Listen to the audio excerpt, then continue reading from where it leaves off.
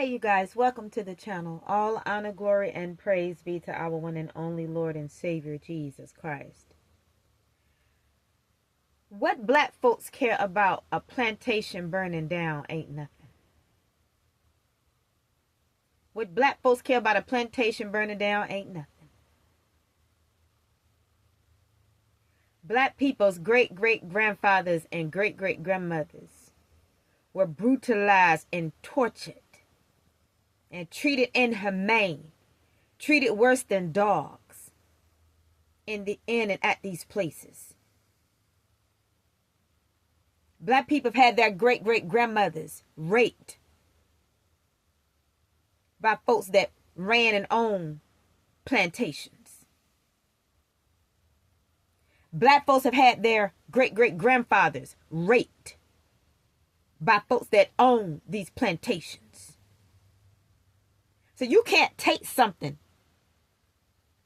that is wicked and was built out of wickedness and expect a people that had their family members that they've never met or known, but yet and still had their family members tortured there, raped there, brutalized there, belittled there, ridiculed there, mocked there, called names there, cussed out there, burned there, probably drowned there, probably stabbed there. You can't expect people to feel bad about a place that wicked being brought down to the ground.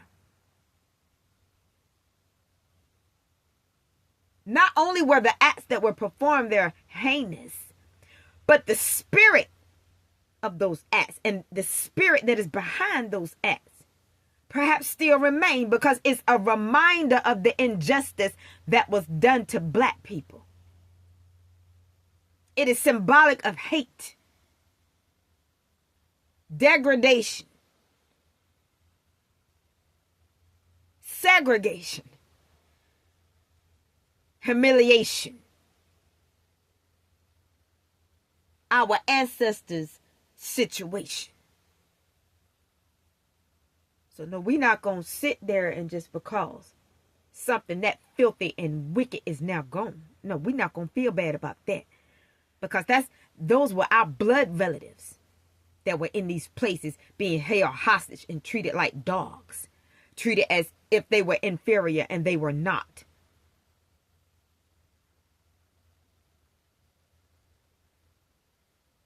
The only people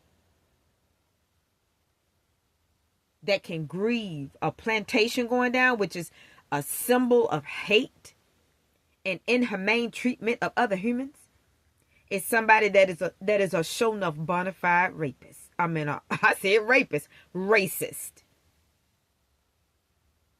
But rapist came out of my mouth. Because see, you got to understand something. Let me talk about it a little bit. Before our great-great-grandmothers could be with their husbands, they were raped by the plantation owners first. And some of them were probably brutally raped in front of their husbands. And the husband is supposed to be the protector and the covering for the wife, but he couldn't do nothing because he might get lynched or drugged down a highway, tied to a vehicle, or some old horse and buggy, or had his back burned or whipped up to the point that when he heals, the welts are standing up on his back. Do you mean to tell me a place that much wickedness has taken place in is supposed to be mourned and missed? Give me a break. Figuratively speaking. Our great-great-grandmothers had their babies snatched out of their arms, out of their hands, just like that, and driven off to other plantations to grow up, and even as children probably be raped, most likely. I don't know why I said probably. Be molested. And now people want to take something that is filthy and try to make it be something elegant. No, you can't do that. That's like calling hell fire a luxury spot. You can't do that. You can't go to hell and build nothing and call it luxury, because it ain't no good thing in hell. And it ain't no good thing in them plantations either. Because despite how anybody felt about our ancestors, ain't nobody on this earth no better than nobody else. And anybody that has that mindset, you are a sick individual. And I don't care if you like what I got to say or not. People were treated and forced to live in inhumane conditions. Treated as house servants, because that's what they were. And they were treated as if they were ignorant, and they were not. Because they knew that they were being mistreated, and they knew that they didn't deserve that type of a treatment. And then people wonder why black folks are full of so much anger and rage. Perhaps it's the rage of the slave. Although we ourselves were not in physical chains, but we still know that the chains are still around. We know that. We can see that in today's society. Just like we know that folks that would grieve a plantation being burned down, those types of folks, they just like the ones that own the plantations and were running the plantations and raping and mutilating black men and black women. They are no different. They try to act civilized, probably try to dress civilized, but they ain't civilized. They're barbarians. Because only a barbarian would treat another human being like that, and only another barbarian would condone it. Black people were tortured. And there are things that was done to them that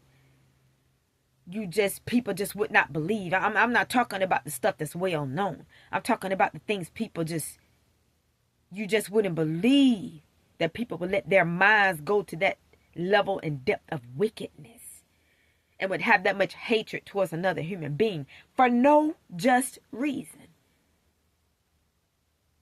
Because I would say, I feel like the black people that were hated, they didn't do nothing to nobody but be born.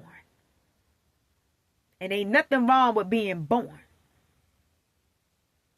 But there is something wrong when you're born with a world that targets you because you're born and because of what you look like. And it ain't nothing wrong with what you look like. It's just other people got a problem with you because they know who you are, even if you don't. Am I right about it? Black people were made to feel like they were less than when they were not. They were made to feel like they were ugly and disgusting and the bottom of the barrel type. And they were not. And even if there were those that were dirty in character, and I'm sure they were, they didn't deserve the inhumane treatment that our ancestors endured. And even through it all, no matter who hated them, they still could not kill them off. Because you know why? Somebody is under the sound of my voice today that targeted my great-great-grandmothers and great-great-grandfathers.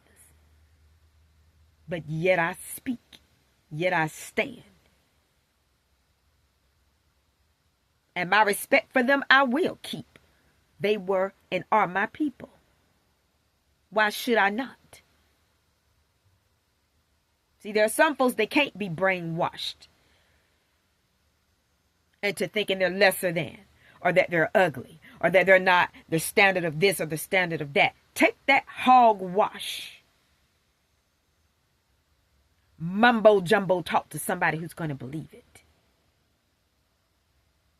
Isn't that something? How a whole race of people have been brainwashed into thinking they're inferior only because their ancestors were kidnapped and taken advantage of. Isn't that something? How there's a structure in America that wants to keep people confined within the confines of it. Only so that those people can be brainwashed into thinking they're lesser than when they're not. having images flash before them telling them, well, if you don't look this way, and if your hair don't look that way, and if your color's not that way, you're lesser than. I know the devil to be a liar. This entire structure called America is based and founded upon a lie. The plantations were a lie. The slaves just didn't know where they were.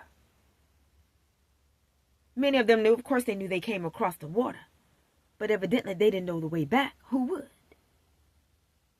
And I understand that slavery started in Africa as well, and that the slave owners, they learned how to do what they do from observing people doing that to their own folk. But it still doesn't justify what has gone on in America. And two wrongs don't make it right.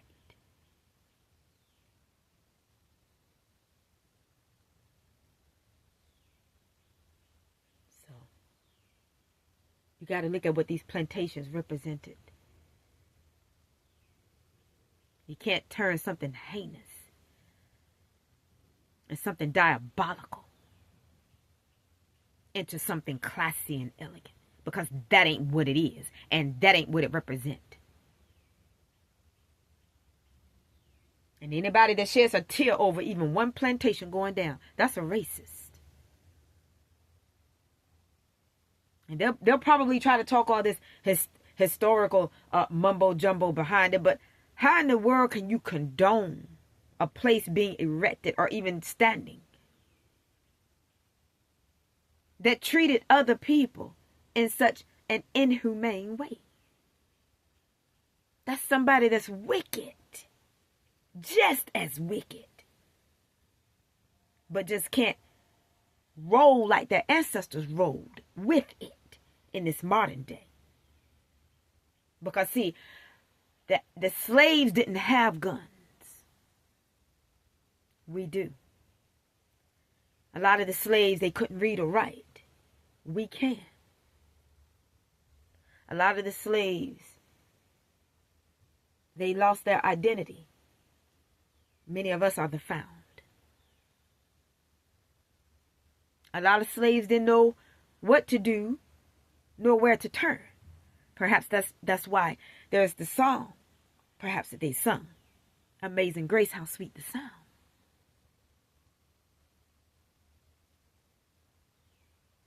Which was actually written by a former slave owner. Now, ain't that something? So if a former slave owner can see the wrong in his ways and write Amazing Grace, then how is it that so many years later that people want to mourn the tearing down of something that represented something that even that slave owner stood against before he passed away? Amazing grace, how sweet the sound that saved a wretch like me. I once was lost, but now I'm found. Was blind, but now I see.